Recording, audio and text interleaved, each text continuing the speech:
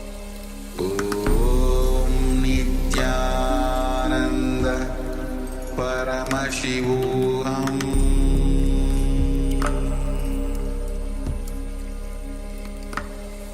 Om Nityananda Paramashivoham.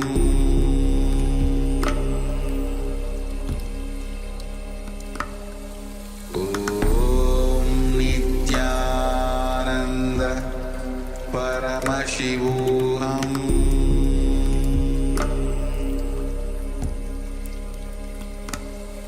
Om Nityananda Paramashivoham.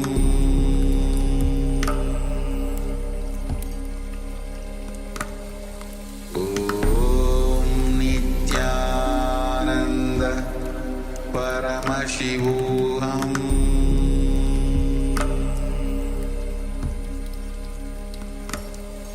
Om Nityananda Paramashivoham.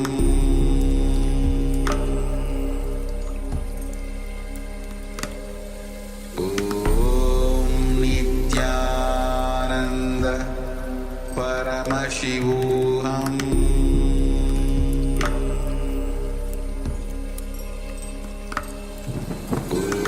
Om Nityananda Paramashivoham.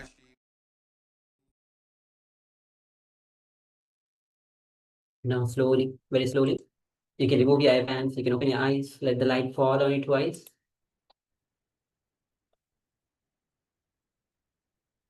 Alright, so now let's start sharing what Swamiji revealed to you through the power of third eye. So please go ahead and start typing your revelations of the third eye.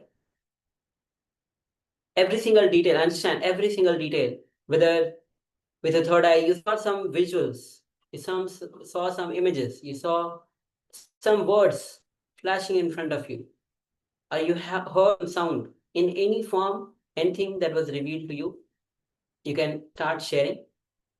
And if you're new and you saw nothing, just simply black, you can share that as well. That's how the power manifestation starts for many of the people. They initially they start simply black, nothing, and slowly when they keep on being consistent with the power manifestation, they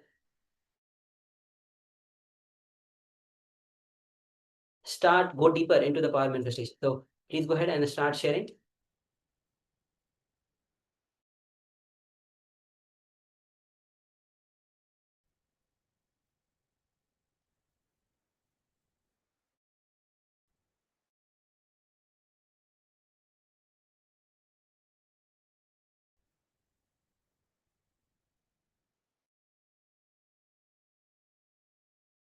Yes, sir. Requesting everyone to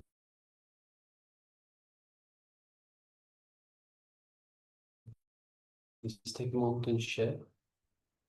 The power simply manifests through you. The divine simply manifests through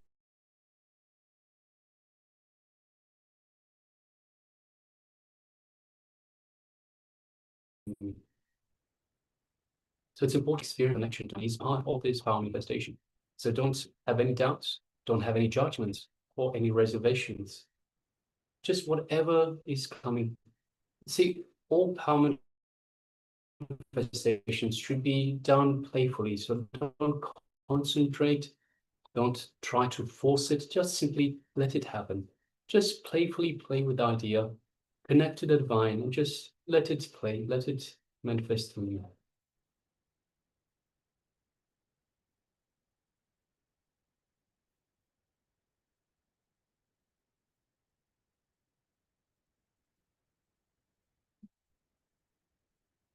So please go ahead and start typing, and don't reserve yourself, don't hesitate while sharing.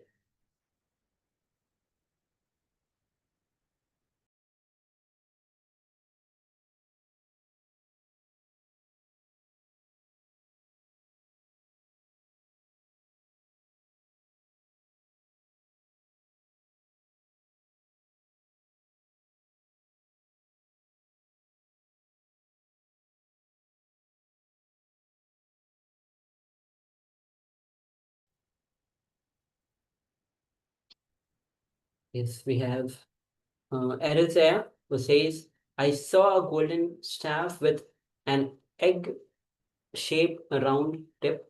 I also saw a large linga.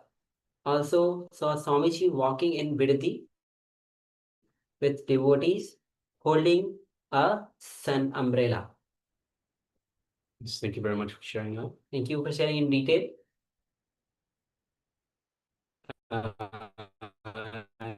Yes, we also have Ma Ekaterina Pikotko that says, "What?" Yeah, shares. Okay, a sharp tip. Okay, thank you.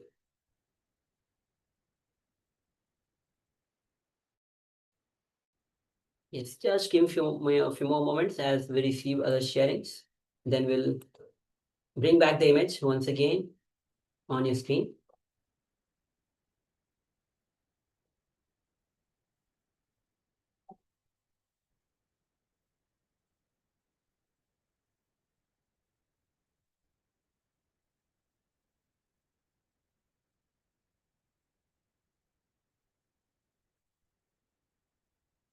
Yes. As shares kind of a whale picture. Yes, Ma Aini she shares green plants. Yes, thank you very much for sharing. And they're actually not sure what it is called. So this is the whale that Muruga holds. Yes. So V-E-I-L, veil. Yes. Okay. So now let's bring back the image on your screen. Yes, so this is the image that we had displayed. Yes, as you can see,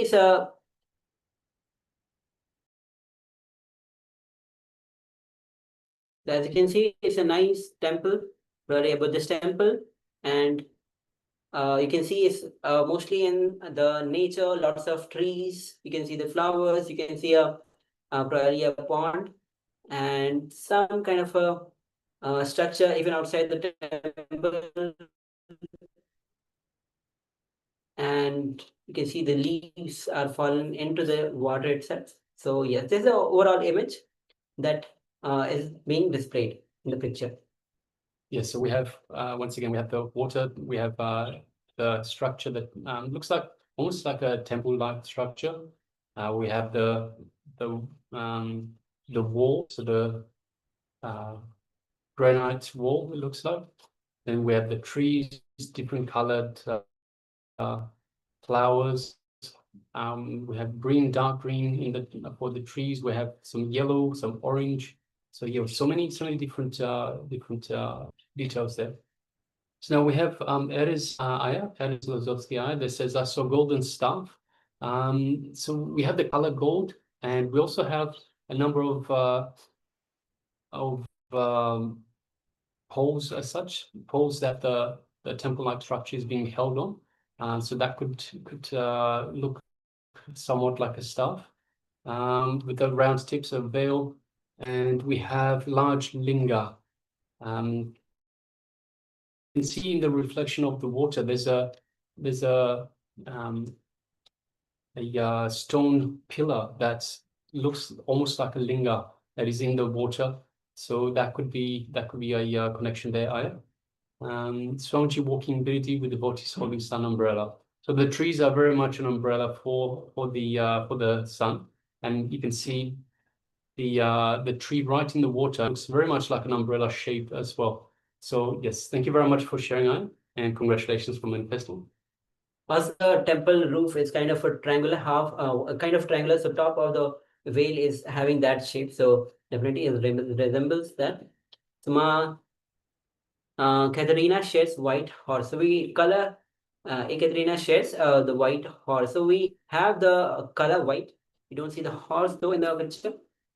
So yes, thank you, Ma, for sharing. And of course, so even though we don't see the horse, it doesn't necessarily mean that it's not around there. See, understand that Paramashiva reveals a lot more to us than we see with the two physical eyes that we can see in the two-dimensional depiction of the image. So it's very likely that there's a horse related to this image, whether there's a horse around or whether there's a horse in terms of the image that's taken the picture, or the detail that we see, it might still be detail related to this depiction. So yes, thank you very much for sharing that. We have Skandamata who shares green plants. So it's just filled with the trees, plants. So it's just filled with the green as you have shared. So yes, beautiful. Thank you for sharing. Thank you for manifesting. Yes, even the walls, you can see the walls are green glass-like, and also the roof is with green tiles. So very much green is the main color here. Even the water itself looks green. So thank you very much for sharing that. So thank you all for sharing. Thank you all for manifesting the powers of Paramashiva, the powers of third eye reading. So with this, now we'll be entering into the revelation. As today we have the Gangadhara Murthy. So we'll be entering into the next revelation by Swamiji, which is going to be on completion with comparison and jealousy. So let's come to the space of listening and let's enter into this revelation. Present moment, only then you can touch the eternity. If you touch the eternity, you can understand the past and future are not different from present. They are just extensions of present. From the past moment, this moment is taking birth. From this moment, next moment is taking birth. If you have the glimpse at least once of the present moment, if you live even for one moment in the present moment, you will have a clear glimpse, clear idea about the future. Just yesterday in the Shakti Spurna program, one devotee questioned me, Swamiji, sometimes I feel when I am in a party, suddenly I feel the same party has happened in my life. I had been to the same house already once. And I feel suddenly the same incident is happening. And I feel in 5 minutes somebody is going to come. Or some incident is going to happen. Exactly in 5 minutes the same thing will happen. How this happens? Is it happening only in my life or in everybody's life? How I am feeling like this? Then I asked, there were 80 people. I asked, how many of you have experienced the same thing in some time of your life, one or other time of your life? You will be surprised. More than 70% of the people raise their hands. And they say, all of us had this experience in some time in our life. If you enter into some house, suddenly you feel, I came to the same house.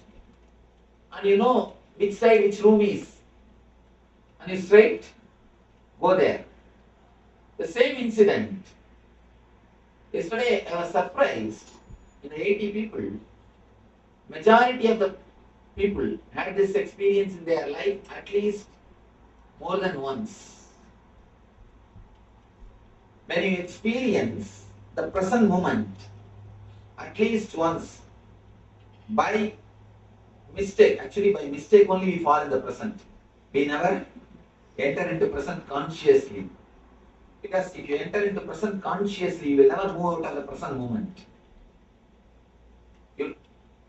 By mistake, sometimes you suddenly fall into present moment. Your consciousness drops into present moment. You have nothing to bother, nothing to worry, or nothing to think. In those moments only, you feel the glimpse of the future, and you feel the same thing has happened already. In that moment, you touch the time shaft. You experience the glimpse of the time shaft. When you touch the time shaft, you experience the whole universe is nothing but the projection from present moment. Your past and your future is not two independent things. It is just deeply dependent on your present moment. you will understand the bridge between your past and future. But we always miss. We always miss. We always miss the present moment. And not only that, not only we miss the present moment, we miss actual problem. Why we miss the present moment? We never look into the present moment. We always we try to find solution to wrong method. A small story. One American guy was traveling in London with a British gentleman and British lady. Both of them were sitting next to him in the train. The lady had a pet dog. Suddenly the dog jumped on him and pissed. Made the whole area mess, dirty.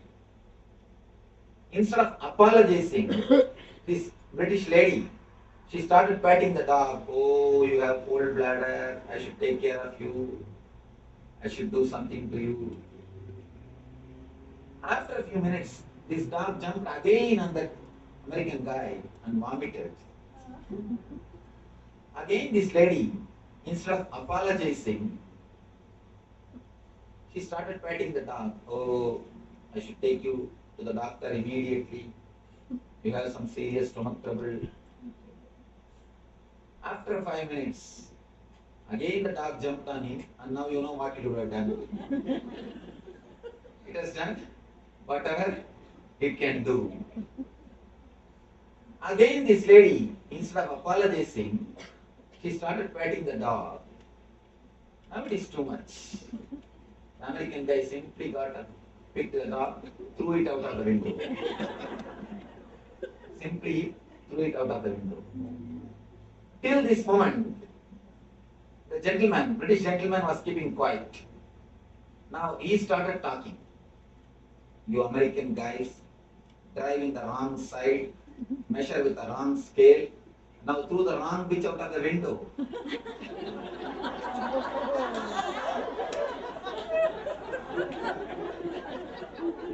You always throw the wrong bitch out of the window. We always try to find solutions by throwing the wrong bitch out of the window. In our life, whenever you find trouble in the past or in the future, you try to work by trying to alter the past or by trying to develop on the future. But you cannot do both because both are not in your hands. You can't do anything about the past. It's already over. You can't do anything about the future because it is not yet happened. You can do anything only in the present moment. But you never do anything related to the present moment. Doing something which is related to present moment is what I call meditation. Meditation does not mean you will close your eyes and sit silently, chant some mantra. No. That's also one kind of meditation. But if you try to touch the present moment by any method, that is meditation. Any technique, any method which brings you to the present moment is meditation. If eating can bring you to the present moment, if you can eat staying in the present moment, that can become meditation. Simply walking, if it can bring you to the present moment, if you can be in the present moment when you walk, walking is meditation. Just sitting, if you can bring yourself to the present moment, it is meditation. Anything which brings you to the present moment only can solve your problems. But we always throw wrong bitch out of the window. Again and again we miss the right pitch. In your life, when you fall into the present moment by mistake. You always fall in the present moment only by mistake. If you fall, you get the power of intuition. Whenever you feel, suddenly, same incident happens. Next, this is what is going to happen. And if it happens, be very clear. You touch the time shaft. You touched the time shaft. Actually, if you can touch the time shaft more than 21 moment, 21 shana. Shana means not second. It is not second. In Vedic system, time is calculated psychologically, not chronologically. There is two kinds of times. One is chronological time, what west follows. Another one is psychological time, what east follows. Chana does not mean second. Please be very clear. Chana means the gap between one thought and the other thought. Chana means gap between one thought and the other thought. Let me explain the difference between psychological time and chronological time. Sometimes when you sit with somebody whom you really love and whose company you enjoy, you do not even know that 5 hours is gone. You do not even know how the time is flying. If you sit with somebody, you feel bored or disturbed, who tortures you, even 10 minutes will not move. You will feel even a 10 minutes is an eternity. People say the eternal hell. Why? Because in the hell never time moves. In the hell never time moves. The number of thoughts, if it becomes more, you feel time is not moving. If the number of thoughts becomes less, you will realize time is flying. So in the East, we always measure time based on the mental setup. Based on the mental setup. That is why we always tell, for the higher level jivas, for devatas, our 1 year is 1 day for them. The 1 year of human beings is 1 day for devatas. Means the number of thought is very less. If the number of thoughts are very less, you will be in heaven. Please be very clear, heaven and hell are not geographical. If it is geographical, we would have sent already satellite. No, it is not geographical, it is psychological. The more number of thoughts you are in hell, less number of thoughts you are in heaven. It is by number of thoughts we measure whether we are in hell or in heaven. It is the psychological time which decides whether you are in hell or heaven. If time flies, if you are enjoying, you are in heaven. If the time is not at all moving, it is just stagnant, you feel bored, then you are in hell. It is just a psychological setup, not chronological. If you can hold the time shaft just for 21 minutes, just for 21 shana, not even minutes, 21 shana. The word minute cannot be the right translation of word shana, because the very meaning itself is different. If you can penetrate the time shaft consciously, 21 shana, you will know your whole future. You will know your whole future. Just 21 shana is more than enough to know the whole future, but we never penetrate the present moment. We never allow ourselves in the present moment. The morning, if you are brushing your teeth, you will be thinking of your office. If you are in the office, you will be thinking of evening going to the beach.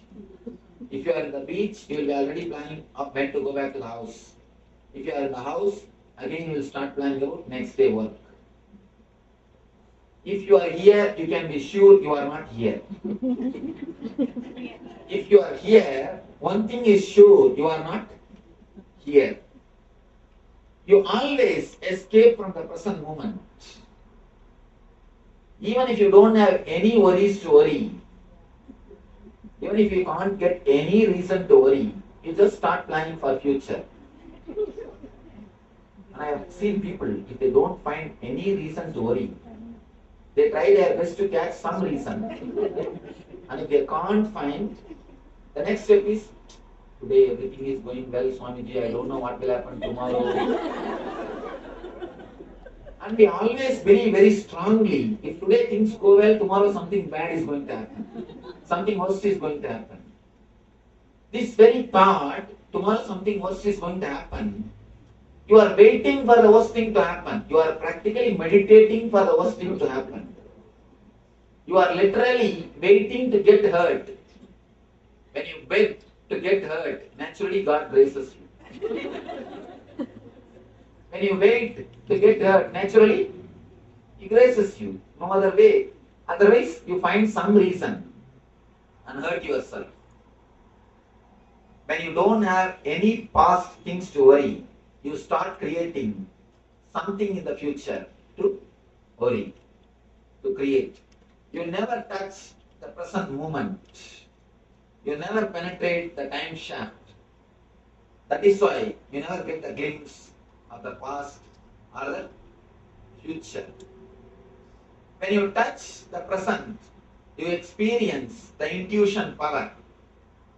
The next level, when your being becomes a little more solid, the next level of energy, you get a next power which we call Siddhi, which we call the next Siddhi. The next Siddhi is altering the future. Understand, the first level Siddhi is knowing the future. The first level Siddhi, you can only know the future. The next level experience, you get the power of altering the future. How this happens?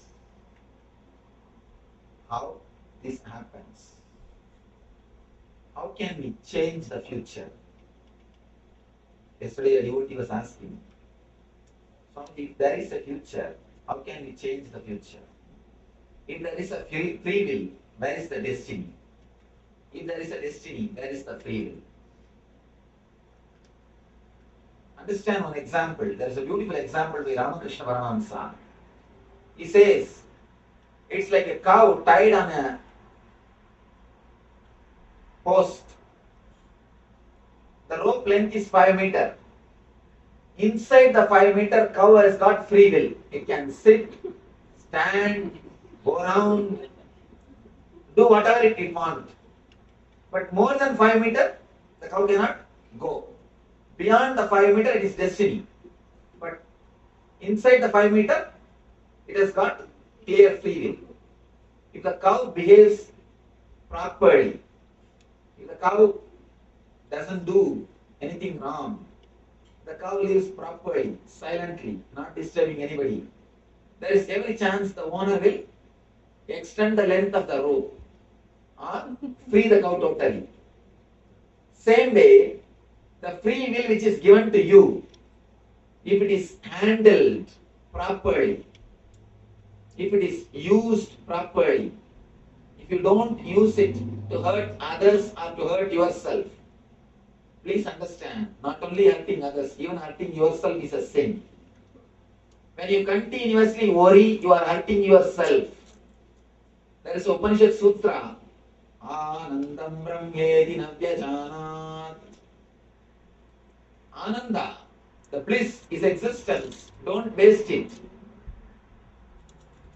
We are wasting our life without living the natural bliss, which is our nature. Every moment which you spend, which you live without being blissful, is wasting your life and a deep disrespect to your life. Life itself is just a bliss. The very nature of life is joy and bliss. Every moment you spend in suffering is a disrespect to the life. Please be very clear. A real puja, a real worship is living joyfully and blissfully. Somebody came and asked me, Swamiji, in my house there is no peace. Please give me some technique, some method to bring peace.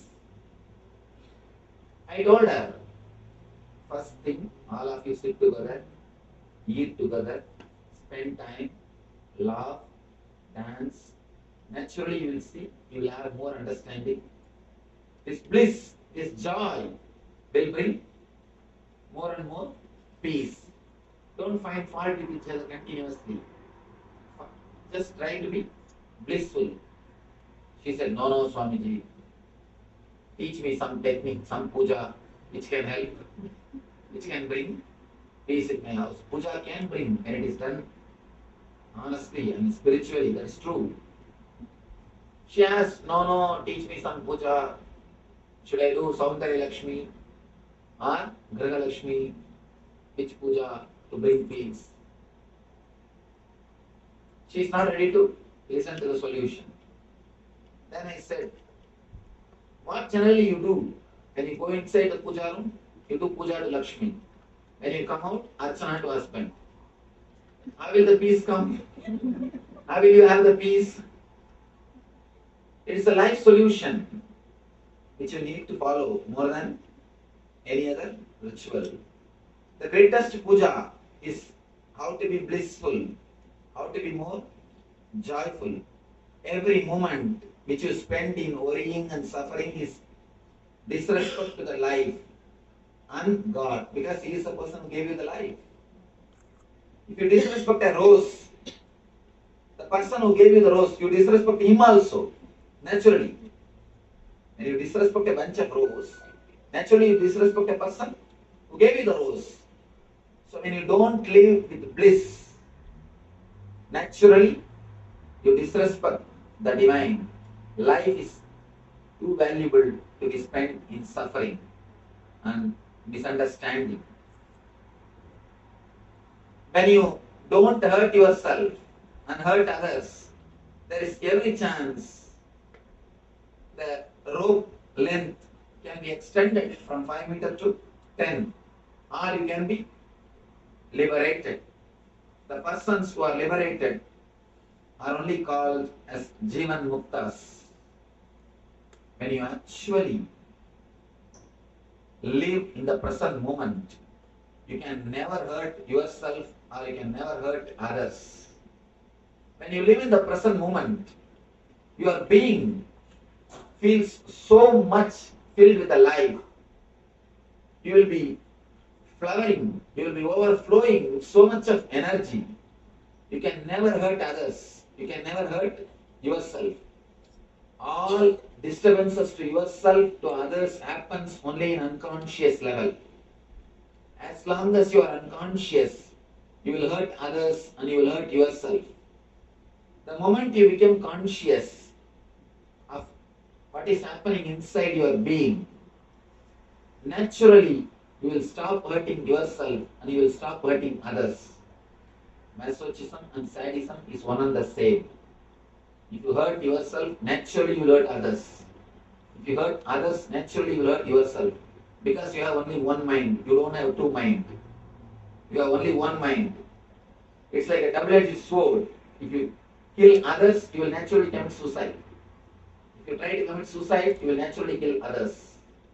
It is a double-edged sword. When you come to the present moment, when you start living in the present moment, you will see a new dimension of your being opens. You experience the new taste, new space of your being. When you experience the new space of your being, your past stops binding you. Your future starts listening to you. As long as your past binds you, your future will never listen to you. People come and ask me, Swamiji, I want to stop smoking. Please tell me something. I tell them, first thing you have to do is drop the guilt. They get surprised. They tell me, what is this, Swamiji? If I drop my guilt, I will start smoking more. What are you talking? You say, drop my guilt.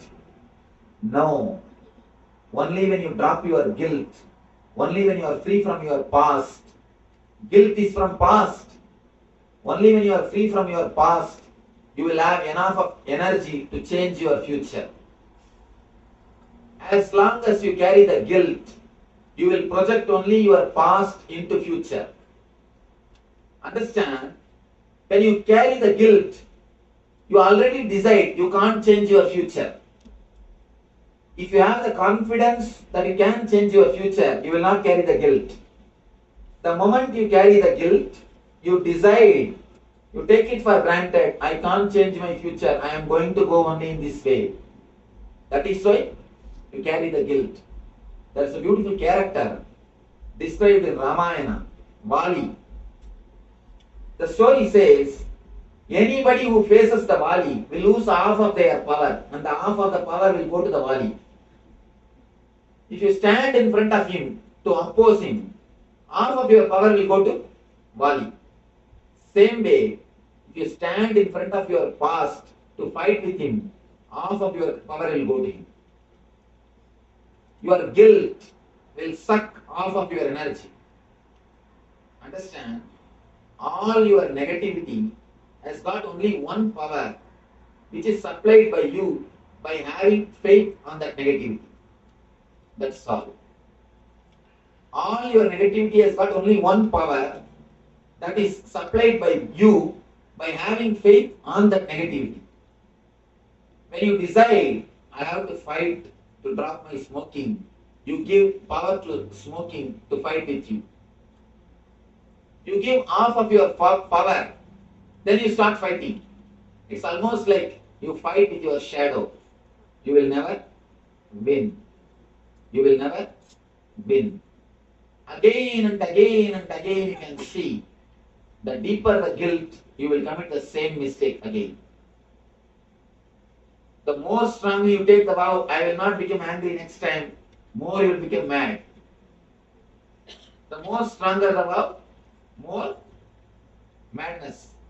The more strongly you decide, I will stop smoking, more quickly you will pick up in your hands.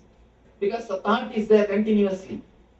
You will project your past into the future continuously. As long as you try to fight with your past, you are in unconsciousness and you will project the same past into the future. Be very clear.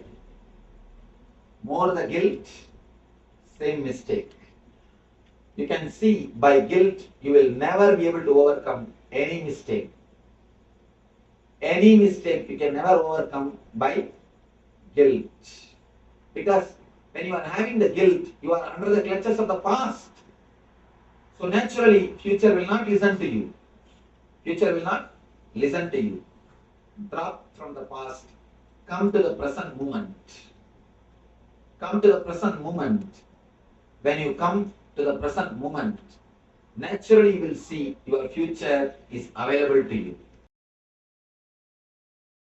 Established since 2002 in the United States of America, the United Ancient Nations is an intergovernmental organization currently made up of 160+ members and indigenous nations. The UAN and its work are guided by the purposes and principles contained in its founding charter. The UAN is a manifestation of the profound connection amongst indigenous peoples across the world, including African, Andean, American, European, Caribbean, Oceanic, and Asian regions, rooted in shared wisdom, sustainable practices, and deep reverence for the earth. The United Ancient Nations serves as an international cultural and diplomatic organization focused on uniting indigenous cultures globally. Our governance structure is council-based without territorial claims, led by a collective leadership through our General Secretariat. As a non-state entity with UN-style advocacy, we focus on several key areas: cultural and digital heritage preservation, indigenous diplomacy, revival of indigenous knowledge systems to solve humanity's problems, global peace, environmental preservation, health and wellness, sustained economic development, indigenous and cultural tourism. While the UAN represents numerous indigenous cultures, the United States of Kalasa serves as the first indigenous nation specifically for Hindus. Kalasa's mission is focused on the revival of the ancient enlightened Sanatana Hindu. Yes. So you have only one mind. So don't think that whatever words you use towards others will not have any effect on you, because you have the same mind. Whatever words that you utter, you will have the same result for you. And the more and more guilt you have, the same guilt, the same past will be you'll be bringing back again to the future. So we need to complete with our vak. Only when we start completing with our vak, we experience the miracle in our life. So understand, we'll be entering into the internalization exercise on how, when you complete words, you achieve what is called as vaka siddhi. Means any words you raise from your vak will simply become a reality. And if you are in completion with your words, simply your vak siddhi happens. So incompletion with the words leads to vak. Any incompletions that you have leads to vak getting polluted, vak getting corrupted, vak getting toxic. And the trust that you have on you is destroyed. This happens because you have incompletions with the words that you use towards you, for you, towards others, or yourself. And this is the worst thing that can happen to any human being.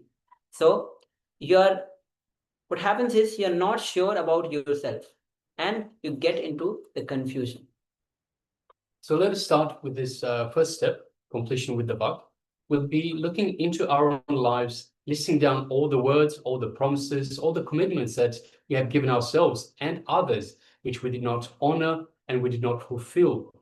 But nor did we withdraw, therefore we did not restore our integrity. So once again, we'll be displaying this slide for you. We'll be looking into our lives, listing down all the words, promises, commitments that we gave to ourselves and to others. So you might have said to yourself, you might have felt inspired by Swamiji telling about yoga.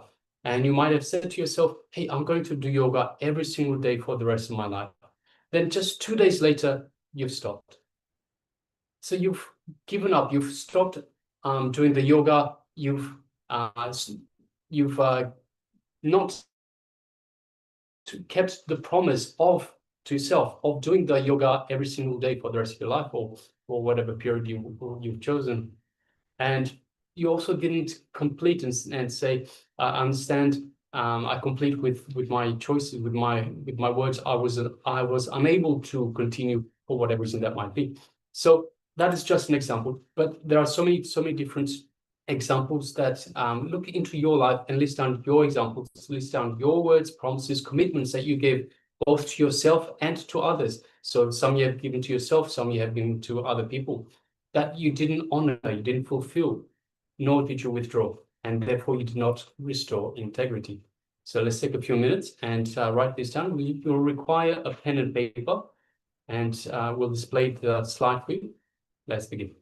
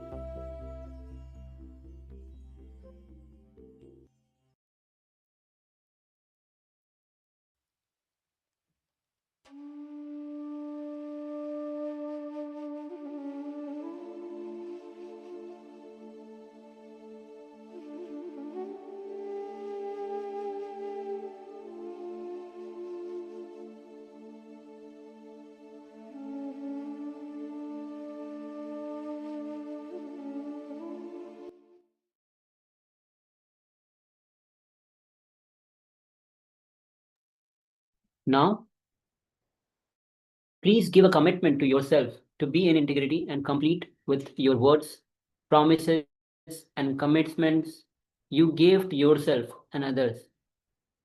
So either fulfill what you declared or withdraw all those words or promises and the commitment.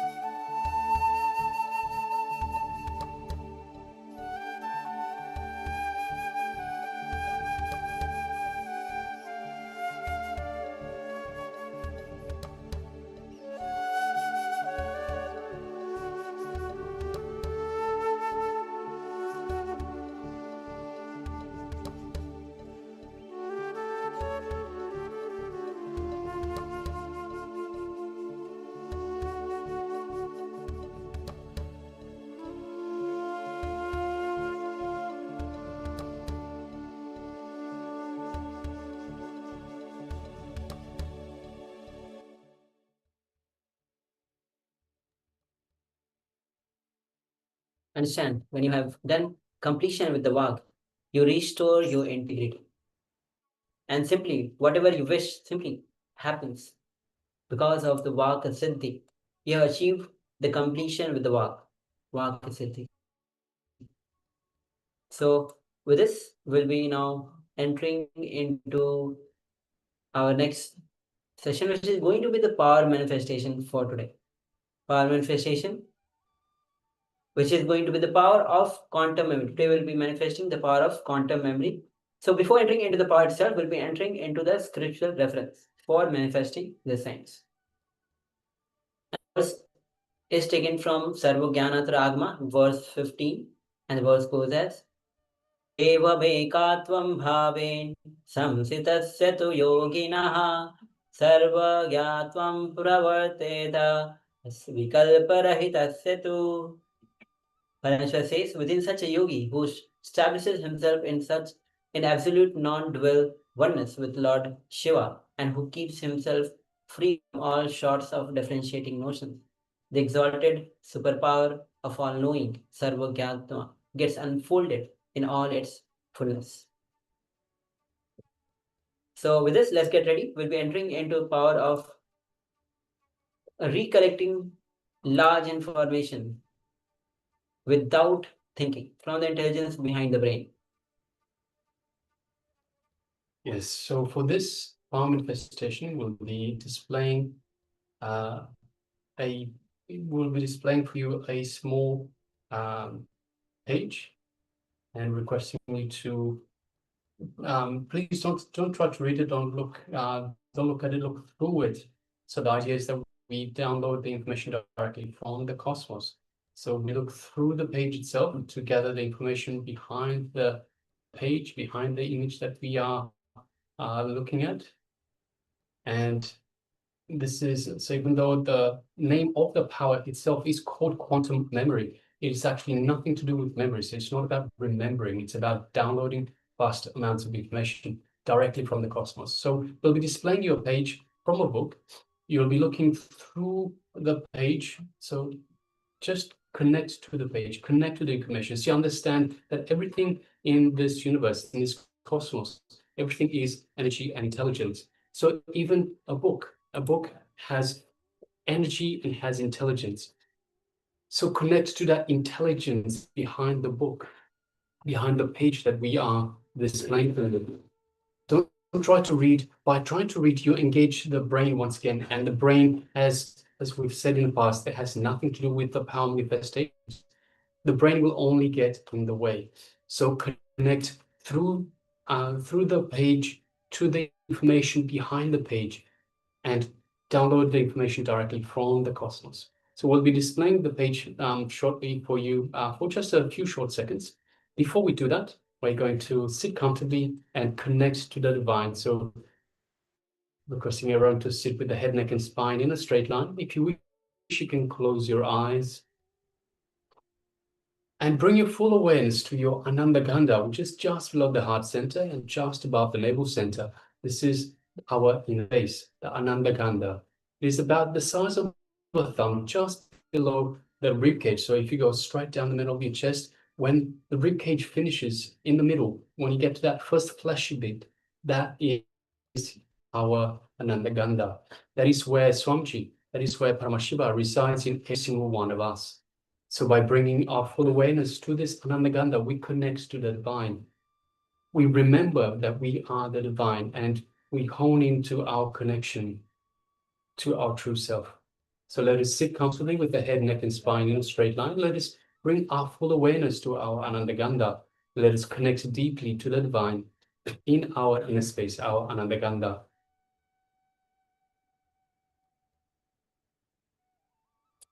Now we're going to show the page that we will be displaying for you just for a few short seconds. Just a few short seconds. Connect to the information. Don't try to read it. Just connect to the information. Connect to the page. Connect to the information on the page. And that's it. So just connecting to that information. Now let us sit comfortably once again. And let's start chanting the Mahavakya to manifest this power. So the Mahavakya goes as Om Nityananda Paramashivoham, which means Om internal bliss, I am Paramashiva. So keeping your full awareness to this connection in the Ananda Ganda. Let's start chanting the Mahavakya. Om Nityananda Paramashivoham. Om Nityananda Paramashivoham.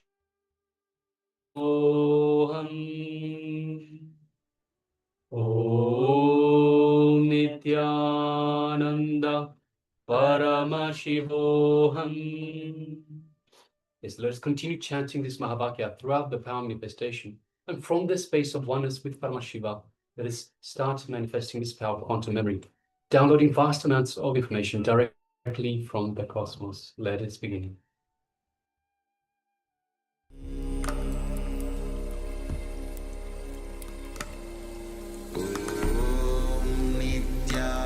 Nityananda Paramashivoham.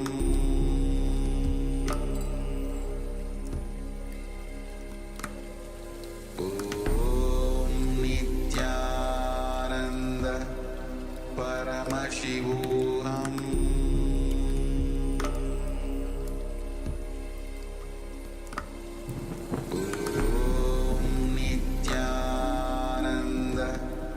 Paramashivoham. Om Nityananda Paramashivoham.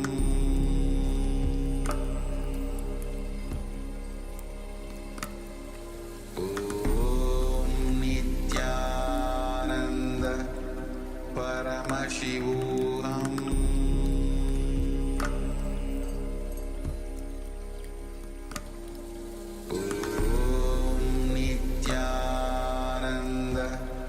Paramashivoham.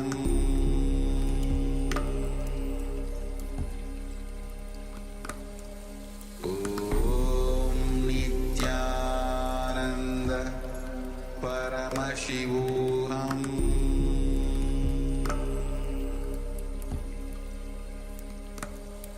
Om Nityananda Paramashivoham.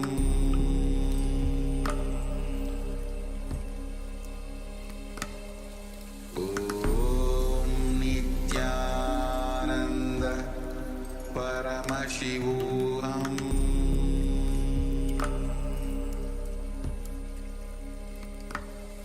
Om Nityananda Paramashivoham.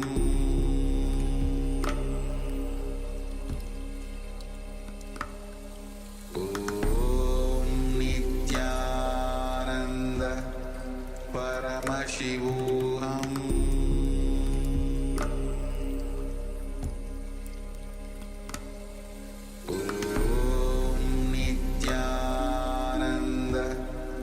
Paramashivoham.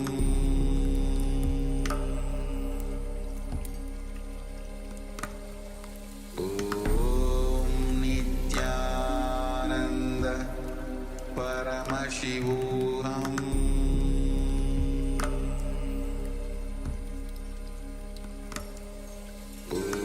Om Nityananda Paramashivoham. Paramashivoham.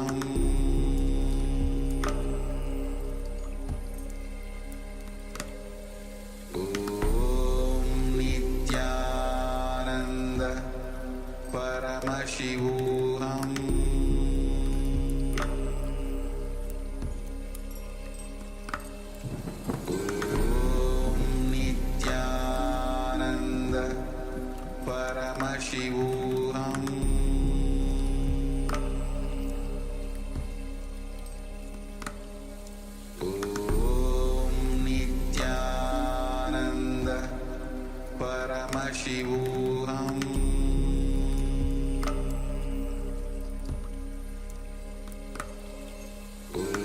Om Nityananda Paramashivoham.